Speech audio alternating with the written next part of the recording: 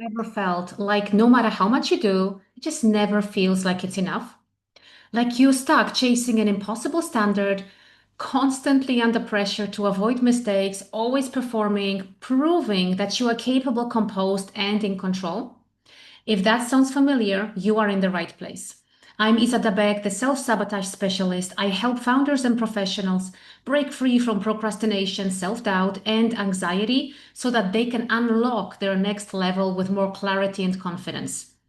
Now, this video is one in a three-part series exploring the layers of perfectionism, how it shows up, where it comes from, and the fears, beliefs, and emotions behind it. Now, if you haven't already, I recommend watching the other two videos in the series, and you will find the links in the description below.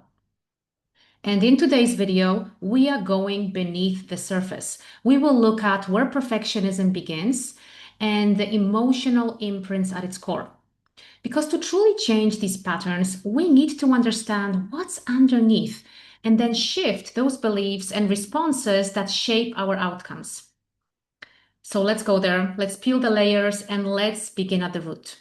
So, where do these self-critical thoughts and internal pressures actually come from? Because we're not born with them. We don't enter the world believing that we are not enough or that we must earn our worth. Perfectionism isn't innate, it's learned. It develops in response to early experiences and conditioning. And it mostly starts in childhood, especially in the first 7 years. As we are absorbing those messages about love, success, and failure from parents, teachers, other family members, or authority figures. Now we learn not just through words, but through felt experiences, observing how those around us handled changes, disappointments, and their own perfectionism. Many perfectionists learned that love, approval, and acceptance were tied to performance, to being obedient, polite, and achieving. Now, in this way, love wasn't given freely, it was conditional. So if you got a good grade, you were praised. If not, you might have been ignored. So the better we did, the more likely we were to receive attention and approval. But the foundation of this praise is fragile. And in those cases, children internalize the belief that they are only valuable when they succeed, not simply for who they are. Now, when mistakes led to disappointment or punishment, the child begins to believe that their worth was dependent on doing. Now, in these environments, mistakes were not seen as learning opportunities, but as threats. So fear and pressure became motivators, sometimes escalating into shaming. Now, this laid the foundation for a lifelong pattern: do more, always try harder, be better, not to grow or to expand potential, but to avoid pain. Now, some of us were told directly that we were not good enough. Others heard subtle shaming phrases such as, "You disappointed me," or "What will people think?" Now, in rigid or strict households, these messages run deep, reinforcing a sense of shame that carries into adulthood. Now, if you were raised by highly critical or overambitious parents, perfectionism might have been your way of surviving their expectations. Maybe you were compared to that better sibling, feeling like you would never catch up. Now, perfectionism can also develop from inconsistent parenting, which fuels anxiety because one moment you felt accepted and then next criticized or shouted at, creating that sense of walking on eggshells and then never knowing what would make your parents happy or upset. Or you were praised by when you got an award in a competition only to be asked, "Why didn't you get first place?" Praise like that does not make us feel loved. It reinforces the idea that only perfection is acceptable. And only then will we be accepted. Now, as children, we deeply needed to feel safe, loved, and valued. Now, when those needs were not consistently met, we learned how to earn them. We began molding ourselves, sacrificing authenticity to maintain that connection, because connection meant survival.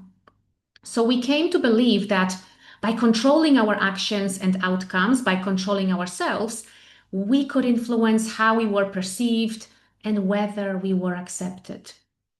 For some of us, that might have meant playing the perfect student at school while hiding emotional chaos at home.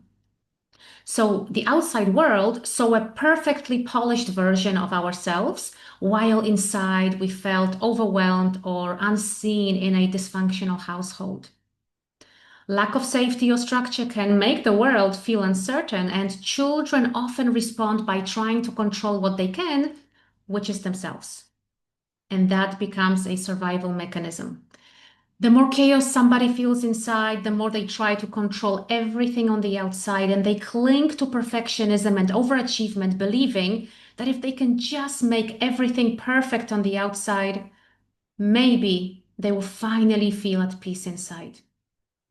So let me ask you, were you always striving to meet someone else's expectations, constantly falling short? And what did you have to do to feel loved, seen, or safe as a child? Now, our early memories don't just disappear with time, they live in the subconscious, in the body, shaping how we work, how we speak to ourselves as adults. Now, that is why inner work is essential. By tending to the past, we can free ourselves from patterns that no longer serve us. And if you feel called to explore that deeper work, you are welcome to book a call with me. The link is in the description. So, what is at the root of perfectionism? It is specific memories, unprocessed emotions, and beliefs that your subconscious still holds. And the key is to process those experiences so that they no longer influence your present or create your future.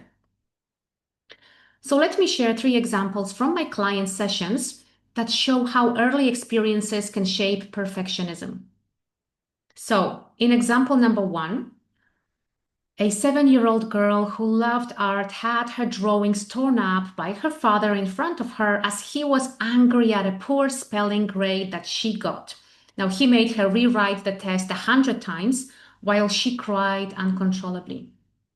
In that moment, she learned creativity leads to punishment, and self-expression became dangerous. So she buried her creative gifts and began overachieving out of fear, not joy and passion. Example number 2. A 5-year-old boy was bullied by his older brother and his friends, and he felt small, powerless, like he would never measure up. Now, to cope, he started overcompensating, striving to be flawless to avoid ridicule. So mistakes became proof of inadequacy. So he also gained weight as a subconscious shield, believing that size meant safety, masking vulnerability, and creating that distance. Example number 3. A young girl in primary school was publicly shamed by her mother over a school report. Her mother shouted at her in front of peers, expressing deep disappointment. She was overwhelmed with shame and she internalized the belief that she will never be enough. So she began tying her worth to achievement, fearing that failure would lead to humiliation and that pain of shame. So she grew up chasing approval, driven by anxiety. Now, these type of moments don't fade. They shape how we live, how we love, and lead. That is why healing the past is essential, not optional. And this isn't about blaming anybody, because most parents did the best they could with the tools they had. They had their own wounds, limitations, and stories. But children need more than physical care, they need emotional safety. So when we are met with pressure or criticism from those we depend on, it feels like rejection. Healing begins with seeing things clearly, recognizing how we adapted to survive and choosing not to carry those patterns forward. Now, sometimes perfectionism wasn't just shaped by people, but by life events that disrupted our sense of control. This includes loss, moving cities, countries, school changes, or unpredictable environments. All these can contribute. Now, when these events happen during childhood, when, by the way, we're still forming our identity, they can leave us feeling unsafe, unstable. And when we can't control the world around us, like I said before, we start to control the one thing that we can, ourselves. So, in that way, perfectionism becomes the way to restore order. We manage our performance, behavior, how we are perceived, thinking that if we can just do everything right, maybe life will feel manageable and more secure. For example, one of my clients, a founder of a consulting agency, grew up in a family where success was valued more than emotional connection. Her siblings got awards while she constantly felt like she was behind. So she created the belief that she's never doing enough. And she carried this pressure into adulthood, constantly chasing validation from bosses, colleagues, and partners. Now, she would push herself to the brink of burnout, over delivering, overworking, all in a desperate attempt to receive that approval that she longed for as a child. And even when she was overwhelmed, by the way, she hid her struggles because she was fearing being perceived as weak. And even the moment she stepped outside the office, the tension didn't ease. It followed her home. She couldn't switch off. It affected her personal relationships, and she felt guilty, like she was failing as a partner. Now, everything shifted when she addressed her deeper beliefs and let go of the conditioning that told her that she needed to earn her worth. She finally experienced what it felt like to enjoy life and simply feel enough.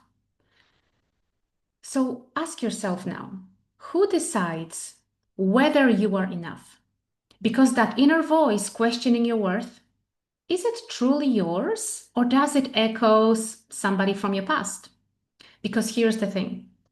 Now you get to decide. You define what enough means. You choose how to treat yourself and you decide what to believe to be true about who you are. Another key piece of the perfectionism puzzle, one that often goes overlooked, is school. The education system deeply shames our beliefs about achievement and failure. From an early age, many kids are told that unless they perform academically or go to university, they will struggle in life. And I certainly heard that growing up many times. We may have been taught that top grades, top schools, and top jobs define success. When kids are praised with lines like, you are so smart, you should get all A's, or warned that only top students get ahead, the intention may be to motivate, but it sends a clear message.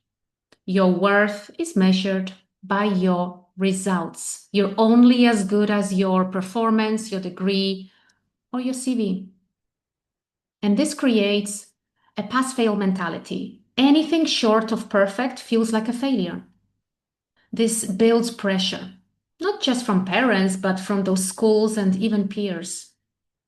Competitiveness is reinforced by teachers and culture, and children measure themselves by how well they performed during exams.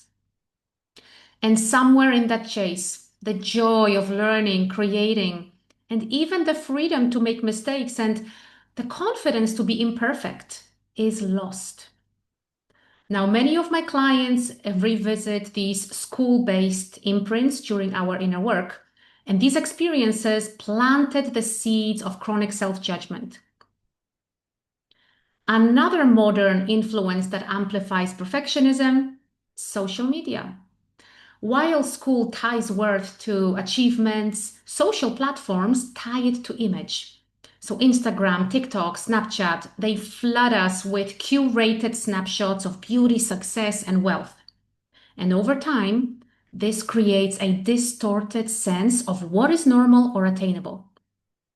What starts as a scroll can trigger a silent spiral of comparison, a sense of failing, falling behind, and not measuring up.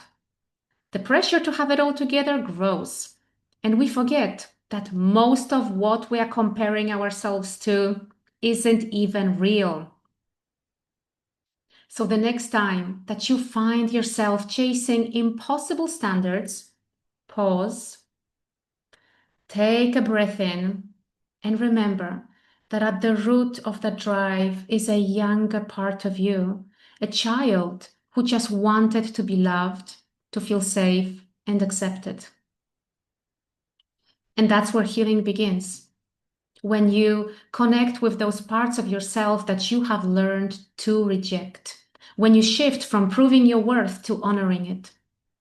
And then you start building a new relationship with yourself, one grounded not in achievement, but in acceptance and trust. So if this resonates and you are ready to explore the deeper roots to quieten down the inner critic and create real change, I invite you to explore my one-to-one sessions. You'll find the links in the description because here's the truth. Perfectionism is learned, and what is learned can also be unlearned. And that is the power of neural plasticity because your brain's ability to rewire itself and to let go of those old beliefs and form new patterns. And this is at the heart of my work, helping you reprogram the subconscious responses that keep you stuck so you can lead with more self-trust and ease. So thank you so much for watching. If this was valuable, be sure to subscribe and check out the connected videos in the description. They're packed with more knowledge to support you on your journey. So take care of yourself and be kind to yourself. And I will see you in the next video.